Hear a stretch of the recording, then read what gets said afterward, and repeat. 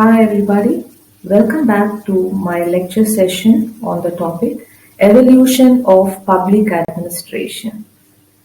The evolution of public administration as a separate discipline started in the late 19th century and in the beginning of the 20th century. American President Woodrow Wilson, he had contributed much to the subject of public administration, and he has been rightly regarded as the father of public administration. During these years, from the late 19th century to the beginning of 20th century, public administration has passed through several phases of development, and this can be put into six phases. Phase 1 is between 1887 to 1926. Phase 2 is between 1927 and 1937. Phase 3 is between 1938 to 1947, and Phase 4 is between 1948 to 1970, and Phase 5 is between 1971 to 1990, and Phase 6 is from 1991 onwards. So let us now see the evolution of public administration during each of these six phases. Phase 1, 1887 to 1926. This is also called as politic administration dichotomy. The discipline of public administration was born in the United States of America. The credit for initiating public administration as a separate academic field of study goes to Woodrow Wilson, and he was also the President of the United States of America.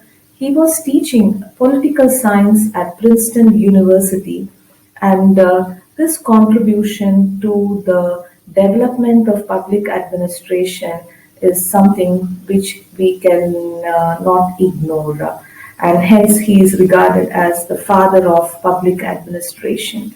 In his article, The Study of Administration in 1887, Professor Woodrow Wilson, he clearly emphasizes that public administration should be treated as a separate field of study apart from political science. Now let us see some of the major changes that actually took place during this phase 1. The most important feature or change we should say is separation of public administration from political science. Public administration was identified as the most visible side of the government. Professor Woodrow Wilson had given the definition for public administration, and he also explained the nature, role, and importance of public administration. L.D. White had written the first textbook on the subject named Introduction to the Study of Public Administration. It may be concluded that this period was the period of belief in politics and administration dichotomy. Phase 2, 1927 to 1937, and this period is called as Principles of Administration.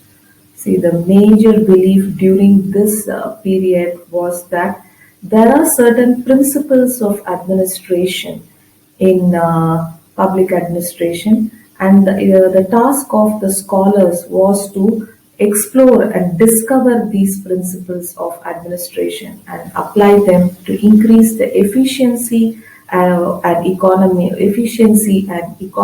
of public administration. Some of the major changes during this period may be stated as public administration was given the status of a separate subject of social sciences. Secondly, it was considered as the science of administration. The principles and theories of administration was developed, and this was in great demand not only in the field of public administration but also in the field of business.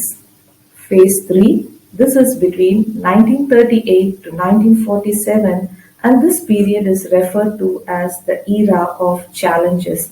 Yes, there was continuous challenges and questioning that the field of public administration faced during this period. Some of the major changes during this period, I should say, was The politics administration dichotomy was challenged. Public administration as a science was itself challenged. The environmental effects on administrative behavior was highlighted. So this period is called as an era of challenges and criticism in public administration. Phase 4, 1947 to 1970, and this period is referred to as the crisis of identity approach. The reason is the principles of administration were rejected, public administration as a science was rejected, politic administration dichotomy was also rejected. Further, on the other hand, post the World War II, the rise and development of new nations in the world added to the problem. So the scholars started to link public administration once again to political science and then with management. So we see that post World War II, it led to the twin development of public administration being viewed as a political science and also as an administrative science. So this resulted in crisis of identity for this subject, public administration. Now, going over to phase 5 between 1971 to 1990. So this period is basically referred to as public administration as an independent discipline. So the major features of this new public administration can be stated as public administration became very sensitive to human relations. It focused on achieving the right things in the right way using the right techniques. It focused on equity in administration. It included reorientation of policy issues and decisions affecting the citizens. And moving over to phase 6, that is from 1991 onwards, during this phase, the new public administration was unsuccessful as it did not meet the expectations of the socially deprived classes, the low income groups, and this laid the foundation of the new public management. Thus, we see that the field of public administration has taken several forms right from the period of politics and administration dichotomy to the more contemporary no public management. And public money administration, to stay relevant in this globalized world, has always taken a multidimensional approach. So I would like to say that I'm trying to go through all these 6 phases in the evolution of public administration as a discipline. We see that all these developments led to the rise of public administration as an independent field of study. So that brings us to the end of our discussion on the evolution of public administration through 6 phases. Thank you for being with me.